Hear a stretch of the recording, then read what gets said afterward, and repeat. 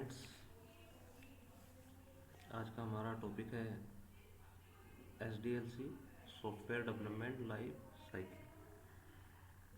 Students, software engineering subject के अंदर ये हमारा आज का टॉपिक है SDLC। लास्ट क्लासेस में हमने सॉफ्टवेयर इंजीनियरिंग के बारे में पढ़ा था और हमने उसकी कुछ बेसिक टर्मिनोलॉजी थी उनको डिस्कस किया था।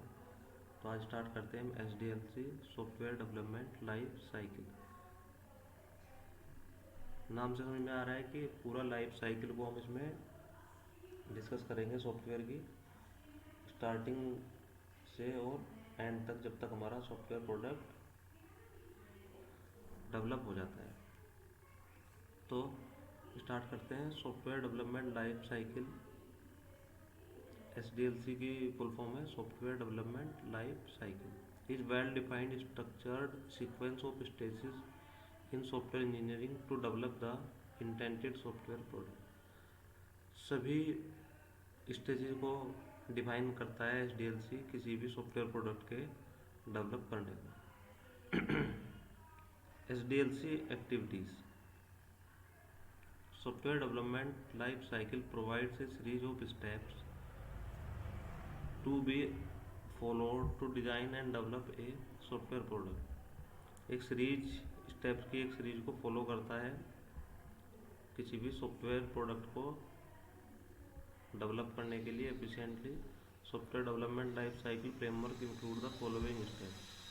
SDLC निम्नलिखित स्टेप को इंक्लूड करता है अपने लाइफ साइकिल में। ओके, सबसे पहला communication, requirement gathering, feasibility study, system analysis, software design, coding, testing, integration, implementation, operation and maintenance, and last one is disposition. तो ये हमारे इसके स्टेप्स हैं SDLC के, इनको एक एक करके हम डिस्कस करेंगे। तो सबसे फर्स्ट स्टेप है communication. This is the first step where the user initiates the request for a desired software product. ये सबसे पहला स्टेप है, यानी कि कम्युनिकेशन स्टार्ट होता है जब कोई यूजर चाहता है, उसको कोई सॉफ्टवेयर प्रोडक्ट की रिक्वायरमेंट होती है, तो वो स्टार्टिंग में कम्युनिकेशन करता है। ही कॉन्टेक्ट्स द सर्विस प्रोवाइडर, जो हमारे सॉफ्टवेयर प्रोडक्ट को डेवलप करते हैं, यानी सॉफ्टवेयर इंजीनियर्स या कोई IT कंपनीज, उससे कांटेक्ट करता है। And try to negotiate the terms, और अपनी जो रिक्वायरमेंट्स हैं उनको बताने की कोशिश करता है। He submit his request to the service providing organisation in IT, और उससे अपनी सॉफ्टवेयर प्रोडक्ट को डेवलप करने के लिए अपना रिक्वेस्ट सबमिट करता है। तो ये हो गई स्टूडेंट कम्युनिकेशन। जब हमारी कंपनी के बाद कोई रिक्वेस्ट पहुंचती है, तो उसके बाद हम उस रिक्वेस्ट को स्टार्ट करते हैं फुलफ़िल करना, और उसके बारे में सारी रिक्वायरमेंट गैदरिंग करते हैं यूजर से। तो नेक्स्ट पॉइंट है हमारा requirement gathering. This step onwards the software development team works to carry on the project. एक सॉफ्टवेयर डेवलपमेंट की टीम होती है जो प्रोजेक्ट को डेवलप करती है। The team holds discussion with various stakeholders from problem domain and try to bring out such information as possible on their requirements। और requirements gather करती है। the requirements are contemplated and segregated into user requirements, system requirements and functional requirements। सभी तरह की requirement वो gather करते हैं related to product, जैसे हमारी सिस्टम रिक्वायरमेंट क्या है, उसकी फंक्शनल रिक्वायरमेंट्स क्या है। The requirements are collected using a number of practices as given. निम्नलिखित तरीके से उसकी रिक्वायरमेंट को वो गैदर करते हैं। स्टडिंग द एग्जिस्टिंग और absolute system and software, conducting interviews of users and developers. Developer और यूजर को उनका इंटरव्यू कंडक्ट कराते हैं ताकि वो दोनों एक दूसरे की जो रिक्वायरमेंट्स हैं उनको समझ जाएं, ताकि बाद में सारी रिक्वायरमेंट अकॉर्डिंग टू यूज़र हो जानी चाहिए, जिससे कि जो यूज़र की सभी रिक्वायरमेंट्स है वो फुलफ़िल हो जाए और जो हमारा डेवलपर है उसको भी सारी चीज़ें समझ में आ जाए कि उसको किस तरीके से प्रोडक्ट को रेडी करना है। Collecting answer from the question feasibility study. Next जो टॉपिक है हमारा वो है हमारा feasibility study. After requirement gathering, जब हमारी रिक्वायरमेंट हमारे पास आ जाती है, the team comes up with A rough plan of software process. जब सारी रिक्वायरमेंट्स हो जाती है उसके बाद उसकी प्लानिंग शुरू कर देते हैं। जैसे हमारा हाउस बनाते हैं तो उसके लिए पहले हमें एक रिक्वायरमेंट हो जाती है कि कैसे कैसे चाहिए। जो हमारे आर्किटेक्ट होते हैं, यूजर और आर्किटेक्ट अपने रिक्वायरमेंट्स को एक डिस्कस करने के बाद में एक प्लान बना देते हैं कि ऐसे ऐसे, ये जिसे हम बोलते हैं एक तरीके से नक्शा उसका बना देते हैं। उसके बाद से फिर प्लान करना होता है कि कैसे कैसे किस टाइप का कितना मटेरियल इसमें हमें लगाना है। उसी तरीके से सेम यहाँ पे जब हमारी रिक्वायरमेंट्स हो जाती हैं उसके बाद एक रफ प्लान बनाना शुरू करते हैं सॉफ्टवेयर प्रोसेस का। At this step, the team analyze if a software can be made to fulfill all requirement of the user, and if there is any possibility of software being no more useful, it is found out. If the project is financially, practically and technologically feasible for the organization to take up. और उसके बारे में सब चीज़ सोचते हैं कि उसमें हमें क्या क्या हमें चाहिए और बनाने के बाद में हमारा सॉफ्टवेयर किस तरीके से वर्क करेगा। फाइनेंशियली भी उसके बारे में देखा जाता है। अगर 1% वो सही नहीं रहा तो उसके बाद क्या हो सकता है। There are many algorithm available which help the developer to conclude the feasibility of a software project. Next है system analysis. At this step the developer decide a road map of their plan and try to bring up the best software model suitable for the project। इस step में system analysis में जो हमारी team होती है वो decide करती है, एक रोड मैप प्लान डिसाइड करती है जो बेस्ट मॉडल रहेगा सॉफ्टवेयर प्रोजेक्ट के लिए। System analysis include understanding of software product limitation, उसकी लिमिटेशंस को स्टडी किया जाता है। लर्निंग सिस्टम रिलेटेड प्रॉब्लम्स और changes to be done in existing system beforehand, identifying and addressing the impact of the project on the organisation and personal. सभी चीज़ों को analysis किया जाता है इस स्टेप में, क्या उसकी प्रॉब्लम्स हैं उनको चेंजेस के बारे में, और ये सब चीज़ें प्रोडक्ट को तैयार करने से पहले सब चीज़ों को स्टडी किया जाता है, जिससे क्योंकि किसी भी प्रोजेक्ट पर वर्क करने के लिए फाइनेंशियली भी बहुत खर्च आता है और उसके बाद से टाइम भी लगता है, और तो प्रोडक्ट को जो हमारा तैयार करने के लिए टाइमिंग भी फिक्स होता है। तो इसीलिए सारी चीज़ों को पहले स्टडी किया जाता है, जिससे हमारा एक बार प्रोजेक्ट स्टार्ट करने के बाद में कोई डिले ना हो या कोई भी प्रॉब्लम अकर ना हो। The project team analyse the scope of the project.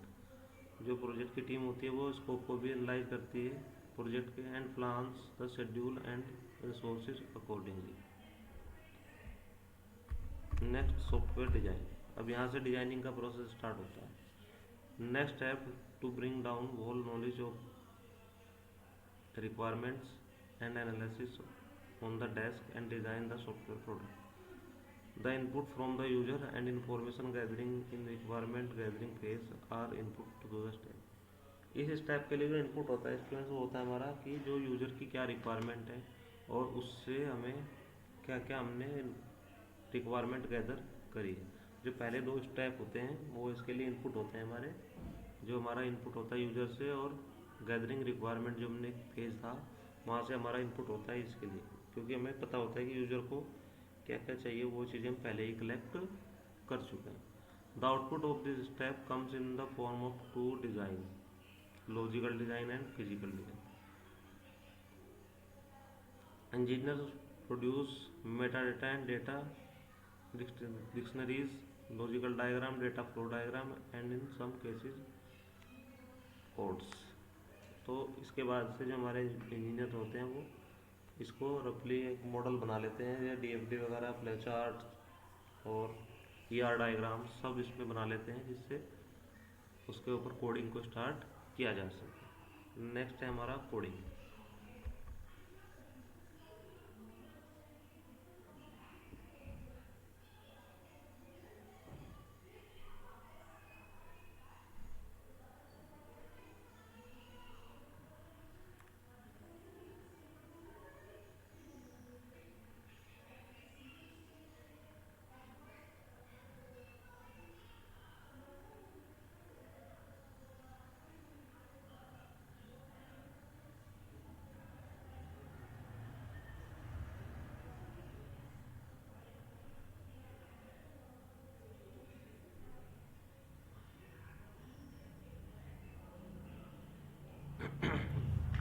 Coding this step, यहाँ से हमारा जो प्रोग्रामिंग की जो स्किल्स हैं वो यूज की जाती हैं। मैंने बताया था कल भी आप लोगों को कि जो हमारा सॉफ्टवेयर प्रोडक्ट डेवलप किया जाता है उसमें कोई सिंगल पर्सन उसको डेवलप नहीं करता, टीम वर्क होता है उसमें। स्टूडेंट कुछ लोग फिजिबिलिटी स्टडी करते हैं, कुछ लोग रिक्वायरमेंट गैदरिंग करते हैं, कुछ कोडिंग करते हैं, कुछ डॉक्यूमेंटेशन करते हैं, कुछ ऑपरेटिंग प्रोसीजर करते हैं। तो अलग अलग तरीके से टीम में अलग अलग रिस्पॉन्सिबिलिटीज़ डिसाइड होती हैं टीम मेंबर्स की, तो अलग अलग मॉड्यूल्स पे जो वर्क करते हैं, तो इसे टीम वर्क मैंने कल आपको समझाया था, role of team work.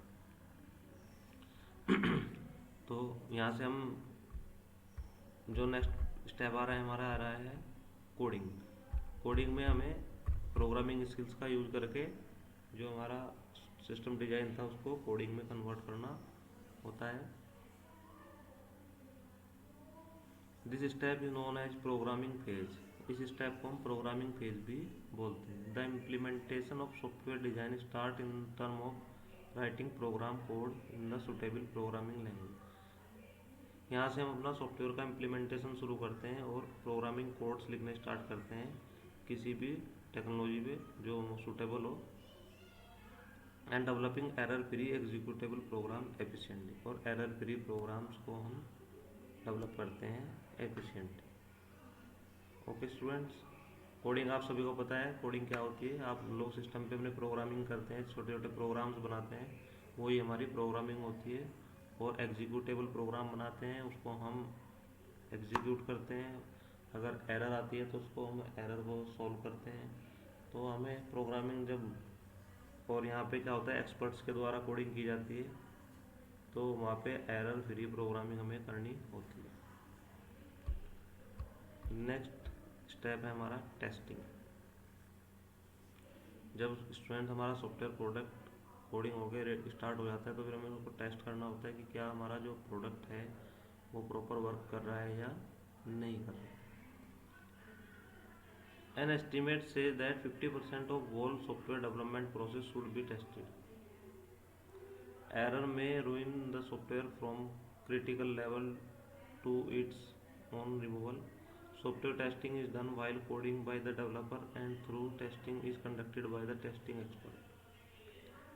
Developers के द्वारा जो हमारी कोडिंग की जाती है उसको टेस्टिंग एक्सपर्ट के द्वारा टेस्ट किया जाता है कि क्या हमारी जो प्रोग्रामिंग है या हमारा प्रोडक्ट है वो सही तरीके से वर्क कर रहा है या नहीं कर रहा है। और उसको अलग अलग लेवल्स पे अलग अलग मॉड्यूल्स को टेस्टिंग किया जाता है।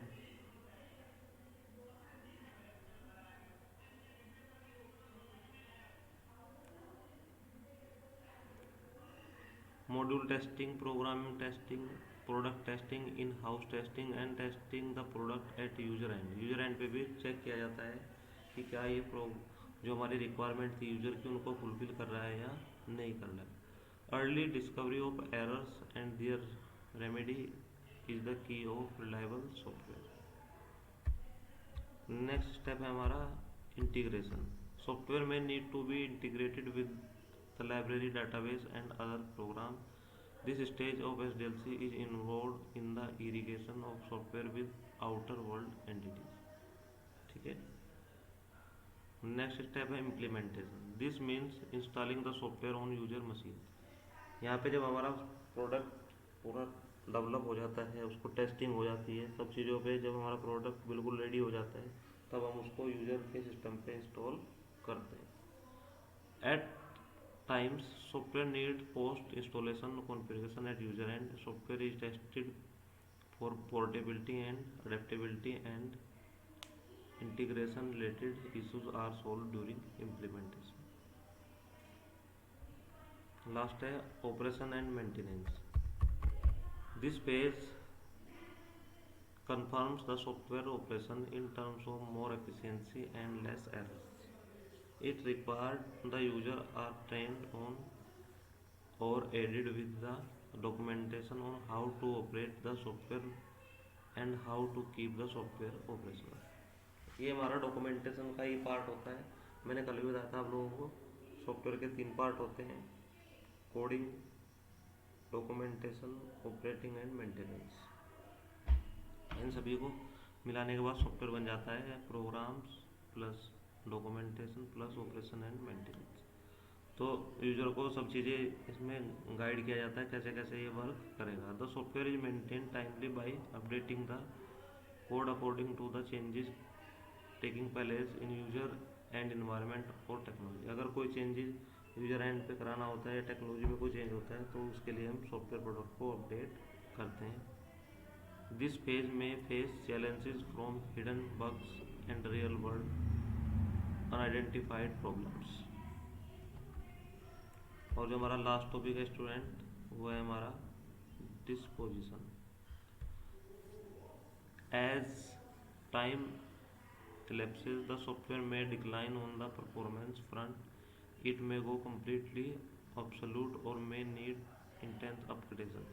जब हमारा सॉफ्टवेयर वर्क करता रहता है तो कुछ टाइम के बाद में हमें उसमें अपडेशन की रिक्वायरमेंट होती है या कुछ फीचर्स ऐड करने की होती है जो हमारा रियल वर्ल्ड में जो चेंजेस करने होते हैं। Hence, a pressing need to estimate a major portion of the system arise. This phase includes archive data and required software components, closing down the system, planning disposition activity, and terminating system at appropriate end of save time. Okay, तो ये था students हमारा software development life cycle और उसके जो steps थे या stages थी उन सबको मैंने आपको डिस्कस किया है, सब चीज़ों को एक्सप्लेन किया है। इम्पोर्टेंट टॉपिक है एग्ज़ाम के पॉइंट ऑफ व्यू से। SDLC एग्ज़ाम में बहुत ज़्यादा पूछा जाता है और इसके स्टेप्स और डायग्राम के साथ आपको सेम टू सेम एक्सप्लेन करना है और एक बार खुद से रीड आउट करेंगे तो आप लोगों के लिए बेटर होगा। तो आप लोगों को इसको एक बार खुद से रीड आउट करना है और अच्छे से समझना है। ये पॉइंट ऑफ व्यू से एग्ज़ाम के बहुत इम्पोर्टेंट है। Thank you students.